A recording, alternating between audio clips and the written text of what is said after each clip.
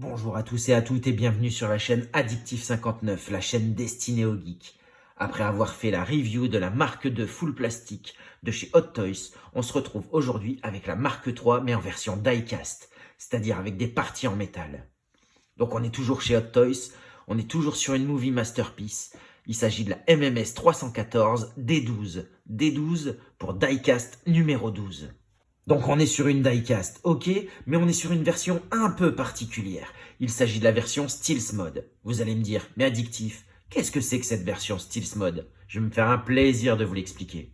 Alors, il y a une légère incohérence. En effet, cette figurine est une movie masterpiece, donc une figurine de film. Le problème, c'est que le Stealth Mode, il apparaît uniquement dans les comics. C'est pour ça qu'on est en présence d'une sideshow exclusive. Elle a été éditée pour la Toys Fair de 2015 pour faire référence aux comics de cette époque. Alors on y va comme d'habitude dans le détail, on commence par la boîte. On est sur une boîte qu'on n'a encore jamais vue sur la chaîne. C'est une boîte qui s'ouvre en deux parties. Sur la partie supérieure, on se retrouve avec un blueprint de l'armure du film. Et sur la partie inférieure, on se retrouve avec toutes les informations relatives à la figurine. La licence Marvel, la figurine Iron Man Mark III en version Stealth Mode au 1/6 et en version diecast. Sur le côté gauche, on se retrouve avec une continuité du blueprint. Sur le côté droit, on se retrouve avec le cast and crew, toutes les personnes qui ont contribué à la réalisation et à la conception de cette figurine à cette échelle. Et sur le côté droit, on se retrouve avec la continuité du blueprint. Sur le dessus, on a la reprise du film Iron Man, la version de l'armure, l'échelle, et sur le dessous, on se retrouve avec, rien du tout.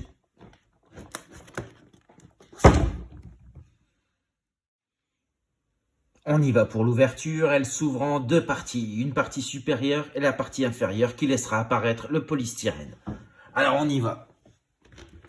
On l'ouvre de cette manière et ensuite on fait coulisser le fond. On se retrouve avec le polystyrène gravé avec la version de l'armure. Et sur le dessous, on a le socle, la pince, les piles et la tige de fixation. Une fois en présence du polystyrène, elle s'ouvre de cette façon pour laisser enfin apparaître l'armure.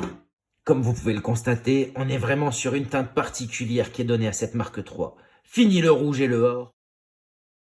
On est sur une armure qui est bleue et bleue. Un rapide tour d'horizon des accessoires fournis avec cette figurine. On est sur une multitude de lance-roquettes. On a les lance-roquettes d'épaule, les lance-roquettes d'avant-bras et les lance-roquettes de hanche. Ensuite, on a deux jeux de main supplémentaires, un jeu de main en type répulseur et un jeu de main entièrement articulé. La pièce qui est là, vous allez me demander de quoi il s'agit, je vais vous l'expliquer. C'est un buste additionnel qui vient en lieu et place de ce buste-là pour pouvoir réaliser la fameuse pose emblématique d'Iron Man quand il fait son atterrissage genoux et poings au sol.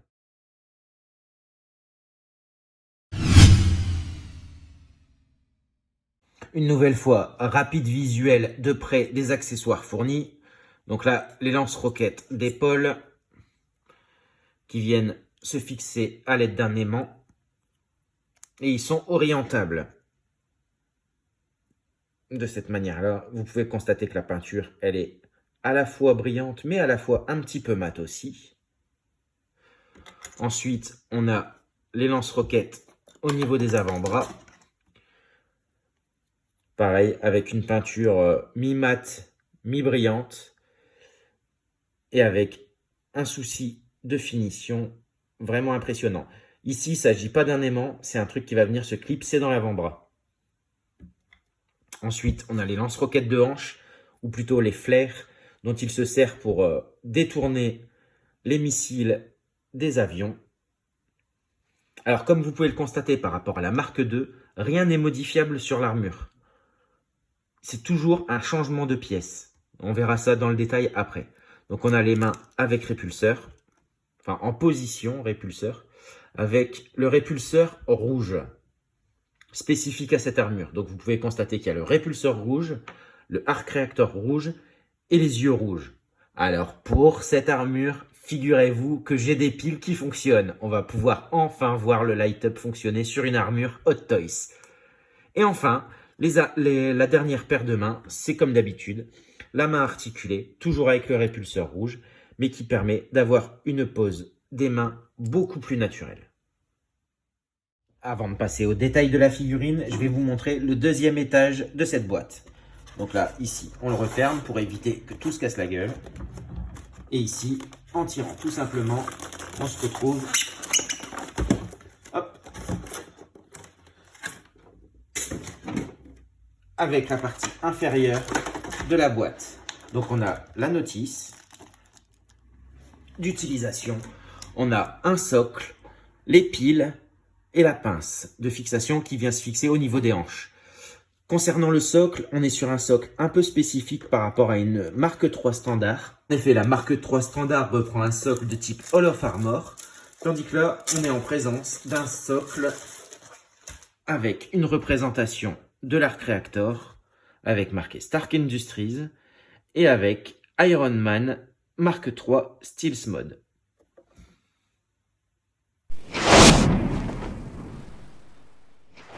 On va pouvoir enfin faire le détail de l'armure et pointer les quelques différences par rapport à la Mark II en plastique de la même marque. Donc là, on est sur une die-cast. Donc les principales parties en métal injecté se trouvent au niveau des jambes et une partie au niveau des bras. Tout le reste sera en plastique. D'un point de vue cosmétique, il y avait la présence de rivets sur la Mark II qui est complètement absente. On est sur une version plus aboutie et beaucoup plus finie, qui est voulue, qui est présente dans le film. Ensuite, la Mark II présentait ici, donc entre guillemets, une culotte en caoutchouc souple qui limitait pas mal les mouvements des jambes, tandis qu'ici, on se retrouve avec des flaps qui permettent une amplitude beaucoup plus accrue au niveau des jambes. Alors, malgré le fait qu'on soit sur une die-cast avec des jambes en métal, ça n'enlève en rien aux détails que l'on retrouvait sur la Mark II, principalement au niveau des jambes, avec la présence des pistons et des vérins qui est toujours visible sur celle-ci, sur les deux jambes, de cette manière. Et on a aussi également, comme sur la Mark II, les flaps à l'arrière avec les petites parties métalliques. Donc là, je vais vous les ouvrir, hop, de cette manière-là.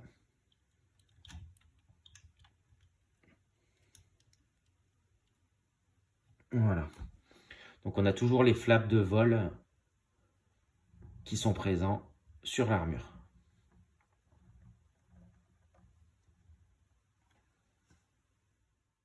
Toujours comme sur la Mark II, on a la possibilité également sur cette figurine d'enlever le chestplate ou le plastron.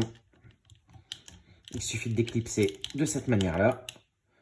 Et on a une vue sur le Arc Reactor et sur l'architecture de l'armure. La spécificité de cette armure, c'est qu'on a la possibilité d'enlever la totalité du plastron. Donc pareil, il suffit de déclipser à l'arrière, ce qui nous permet d'avoir un visuel complet de l'armature et de l'architecture de l'armure. Sans les accessoires supplémentaires, on est quand même en présence d'une figurine qui a une finition qui est quand même relativement au top. Avant de passer à la pose des accessoires, on va faire un rapide tour d'horizon sur les articulations. Donc au niveau des coudes, on est sur une double articulation camouflée, donc c'est-à-dire qu'elle est cachée avec des parties carrosserie. Sur la jambe, on est également sur une double articulation, mais celle-ci sur cran. C'est-à-dire qu'une fois que vous choisissez la position et que vous lui donnez la position, elle la conserve. Hop. OK. Alors, comme je vous l'expliquais tout à l'heure, le fait d'avoir ici des flaps, ça permet d'avoir une très bonne amplitude au niveau de l'articulation de la jambe.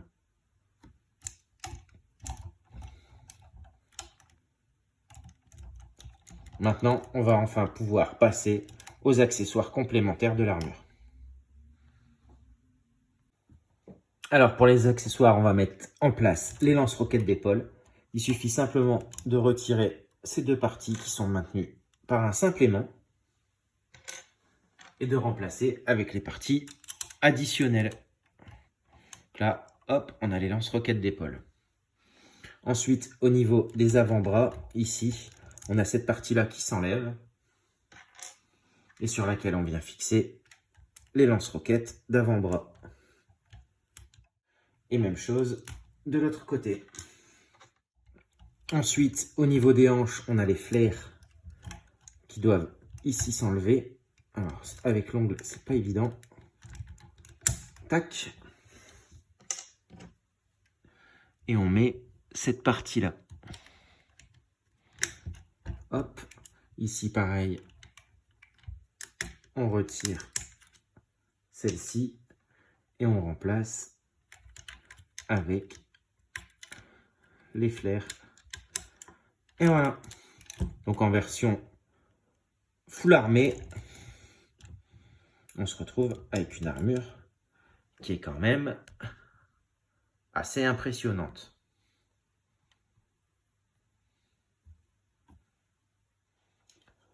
Maintenant que nous avons fait le tour des accessoires et des détails de cette armure, on va enfin pouvoir passer aux poses.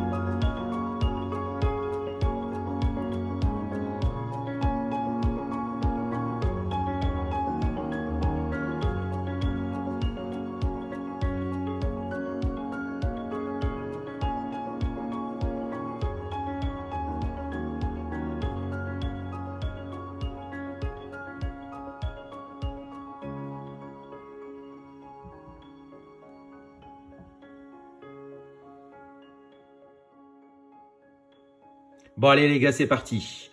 On va faire la fameuse pose de l'atterrissage d'Iron Man. Alors pour ce faire, pour éviter de griffer la peinture, il faut enlever le chest plate et enlever cette partie-là. Comme on avait fait tout à l'heure. Ensuite, il y a deux boutons à l'arrière. Un ici et un ici. Ok, donc il y a le premier qui est là et le second qui est là. Donc dans un premier temps, on appuie sur celui-là et on tire tout doucement. Hop. Et là, on a la partie supérieure qui vient ici. Et ensuite, on appuie sur le second bouton qui se trouve ici. Et là, hop, on a la partie alternative qui peut être changée par celle-ci. Je fais un petit cut et à partir de là, je vais essayer de lui donner une pose. Bon, c'est pas garanti de succès comme je disais au début de la vidéo, mais je vais tout faire pour réussir à faire cette fameuse pose. Donc là, on va essayer déjà de clipser ça dans un premier temps. Ça se clipse sans problème. Et dans un second temps, on va essayer de clipser la partie abdomen. Et c'est pareil, ça se fait sans aucune difficulté. On dirait un danseur de K-pop, mais on va essayer de faire ça. Allez, je vous retrouve tout à l'heure. Les amis, réussi ou pas réussi cette pose d'atterrissage? Grâce au buste additionnel, voilà la pose qu'on peut donner. Elle est vraiment badass. Je pense même que je vais l'exposer comme ça dans la vitrine. Dites-moi ce que vous en pensez dans les commentaires. On se retrouve tout de suite pour les tarifs et disponibilité de cette armure. Concernant les tarifs, à l'époque, en 2015, c'était une figurine qui se vendait entre 280 et 300 €. Actuellement, sur le marché du neuf, elle est out of stock de partout. S'agissant d'une sideshow exclusive, je pense qu'elle ne sera pas rééditée, ce qui en fait un futur collector. Sur le marché de l'occasion, on la trouve entre 300 et 320 € selon les plateformes. Tout au long de cette review, vous avez pu constater qu'il s'agissait d'une figurine de qualité équivalente à la Mark III classique, mais qui apparaît dans une teinte un peu particulière. Moi, cette figurine me plaît, elle va rester dans ma collection. Car à mon sens, c'est un must-have. C'est une figurine à avoir dans sa collection pour tout fan d'Iron Man. Allez, je vous abandonne là-dessus.